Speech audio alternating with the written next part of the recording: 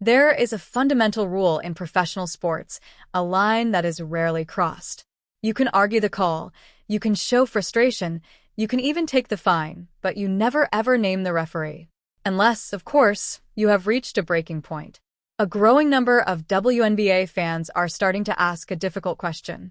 Is the league struggling to manage the very superstar that brought millions of new eyes to their product?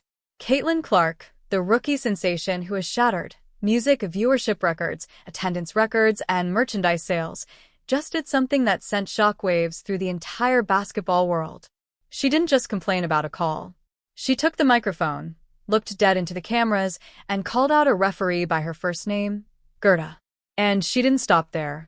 In what many are calling the most defiant press conference of her young career, Clark seemingly dared the WNBA to suspend her all over a technical foul given for clapping. The timing of these calls has sparked intense debate across social media, in sports bars, and on national television networks. Observers are watching closely. Is this just a case of a rookie learning the hard way, or is there an unspoken standard being applied differently? Let's break down exactly what happened, why this specific moment might change the WNBA forever, and the multi-million-dollar paradox the league now finds itself trapped in. To understand the magnitude of this moment, we have to look at the context of the game. Physicality in the WNBA is nothing new. Music is a tough, gritty league, and veterans pride themselves on welcoming rookies with a harsh reality check. But what fans are noticing isn't just the physical play. It's the whistle, or rather the inconsistency of the whistle. Caitlin Clark has been visibly frustrated before. She has admitted when she deserved a technical foul. She has owned up to her mistakes. But this time was different. This wasn't a push. This wasn't a profanity-laced tirade aimed at an official. This was a moment of competitive emotion. A simple sarcastic clap. This is the clap that we're talking about. Boom. She sees him. Clap, clap, clap, clap, clap. That's it. That's what she got a technical foul for. Caitlin Clark speaking about my... Just like that, a clap, and the whistle blows. Technical foul. For many viewers, this raises a fascinating question about the nature of competitive sports. Just like that, a clap, and the whistle blows. Technical foul. For many music viewers, this raises a fascinating question about the nature of competitive sports. We celebrate athletes for their passion. We market their intensity. The NBA built entire dynasties on the back of fiery personalities like Michael Jordan, Kobe Bryant, and Kevin Garnett. Yet, when the most watched player in women's basketball shows a sliver of that same fiery competitiveness, the immediate response is a penalty. Many analysts are looking at this situation and wondering, what exactly does the WNBA want from Caitlin Clark? Do they want a silent, emotionless robot who just shoots logo threes and smiles for the camera? Or do they want a fierce competitor who cares about winning? Because right now, the messaging feels incredibly mixed. And Caitlin Clark, she is done playing the guessing game. Following the final buzzer, she walked into the press conference room, sat down, and decided it was time to pull back the curtain. Pick up the tech tonight. Fifth of the season. Pick up the tech tonight, fifth of the season. Yeah, it's ridiculous. I got a technical for clapping. So, if we should all just go on the calendar now and pick a game that I'm going to be suspended for if I'm going to get technicals for clapping. I asked Gerda. Gerda said that I got a technical for clapping. Gerda! So, if any technical should be taken away, it should be that one. If it's truly for clapping, that's what they said they gave it to me was for clapping. So it's just ridiculous. I don't understand it at all. So even within that though, how aware do you have to be of the 8 technical fouls? I mean, I'm going to play with emotion. I'm going to play with passion. And if they're going to give me a technical foul for clapping. Referees are usually referred to by fans and players as the refs or the officials. By naming Gerda directly, Caitlin Clark stripped away that shield. She made it personal and she made it public. She is effectively telling her millions of fans, this is the person blowing the whistle. Look at the tape. Make your own judgment. It is a calculated, dramatic shift in strategy. Clark is fully aware that she is approaching the technical foul limit, which carries an automatic suspension. 7 technicals is the warning track. 8 is a suspension. She is sitting right on the edge of the cliff. But instead of backing away, she is leaning over the edge, looking directly down and saying, Push me. Push me. I dare you. I dare you. Clapping, then so be it. That's their choice, and the league can come back and review that play, and I'd love to hear what they say of the reasoning of why I got the technical foul in that situation and why other players on their team didn't get a technical foul in that situation. If anything, split it. Okay, fine. Everybody gets a technical foul. That wasn't how they were handed out. So I'd love to know. But obviously, that's what I went to Gerda and said. I said, why'd you give me a technical foul? She said, because I was clapping and instigating. I said, okay, then you just don't like competitive basketball. Damn. And that's just facts. That's just reality. So disappointing from them. Damn, she made sure we all know her name. Just a critique of one referee named Gerda. It is a profound questioning of the league's current officiating culture. Observers are asking, is the officiating holding the product back? If a player is being penalized for bringing passion to the floor, what message does that send to the millions of young girls watching at home? But the drama doesn't end with Caitlin Clark. To fully grasp the tension surrounding this team, we have to look at the silence from the sidelines.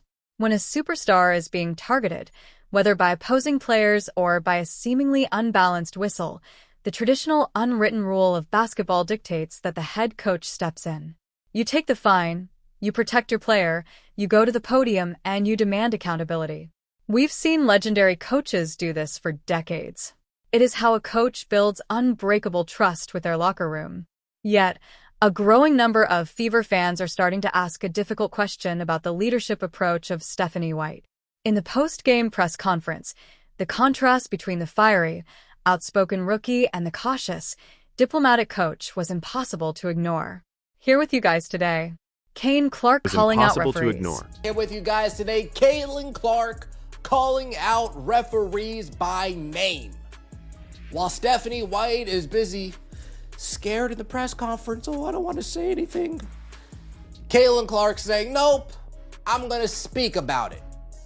While Stephanie White isn't even saying DeWanna Bonner or Alyssa Thomas's name in the press conference, sticking up for her players, Stephanie White, all you had to do in the press conference was say, hey, the players on the other team, they were playing dirt. It leaves observers wondering if there is a disconnect in the team's philosophy. Just a critique of one referee named Gerda. It is a profound questioning of the league's current officiating culture. Observers are asking, is the officiating holding the product back? If a player is being penalized for bringing passion to the floor, what message does that send to the millions of young girls watching at home? But the drama doesn't end with Caitlin Clark. To fully grasp the tension surrounding this team, we have to look at the silence from the sidelines. When a superstar is being targeted, whether by opposing players or by a seemingly unbalanced whistle, the traditional unwritten rule of basketball dictates that the head coach steps in. You take the fine, you protect your player, you go to the podium, and you demand accountability. We've seen legendary coaches do this for decades. It is how a coach builds unbreakable trust with their locker room. Yet, a growing number of Fever fans are starting to ask a difficult question about the leadership approach of Stephanie White. In the post-game press conference, the contrast between the fiery, outspoken rookie and the cautious, diplomatic coach was impossible to ignore. Here with you guys today, Caitlin Clark calling out referees. Misha Hines-Allen having her back. Directly or specific words, but I don't know. I appreciate having my back. You know, it's nice to have a teammate like that that's always going to go to battle for their teammates. And, you know, I thought we did a good job of refocusing and trying to. Yeah, Misha Hines-Allen, she had her back right there. Look the opposition in the eye and say, it's about a cultural shift within the team. Having a music enforcer, a veteran who is willing to aren't doing that today, is vital. It takes the pressure off the rookie and sends a clear message to the rest of the league. But even with teammates stepping up, the looming threat of a suspension remains the darkest cloud hovering over the WNBA season. Let's talk about the business of basketball. The WNBA is currently negotiating and finalizing massive multi-billion-dollar television rights deals. They are partnering with massive corporations NBC, Peacock, Amazon Prime. These networks are not paying historic sums of money to broadcast regular basketball. They are paying for the Caitlin Clark effect. They are paying for sold-out arenas, shattered viewership records, and viral moments. So, fans are left asking, music. What happens if Caitlin Clark actually gets suspended? What happens if she receives one more technical foul for clapping or smiling or showing frustration, and the WNBA is forced to ban her for a prime-time nationally televised game? I dare you to suspend me. See how happy those media partners are if you suspend me on a national TV game. Nationally how televised happy. game. I dare you to suspend me. See how happy those media partners are if you suspend me on a national TV game. See how happy Peacock is. See how happy NBC is. See how happy Amazon Prime is when you suspend the moneymaker. Ooh, damn. Damn. And folks, this is the clapping. This is the clap that we're talking about. Boom. She sees him. Clap, clap, clap, clap, clap. That's it. Suspension, financial paradox but here. the league's business partners demand Caitlin Clark on their screens. Imagine you are an executive at Amazon Music Prime. You have paid a premium to feature the Indiana Fever. You have sold advertising slots at record high prices. Music, the promotional material has been running for weeks. And then hours before tip-off, you receive a memo from the league office stating that your star attraction is suspended because she clapped her hands at a referee named Gerda. It would be a public relations nightmare.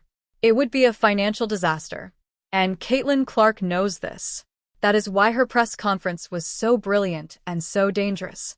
By explicitly laying out the absurdity of the technical, music, foul, by naming the referee, and by mockingly suggesting that fans mark their calendars for her suspension game, she has backed the WNBA into music a corner. She has effectively flipped the script. She isn't the one on trial anymore.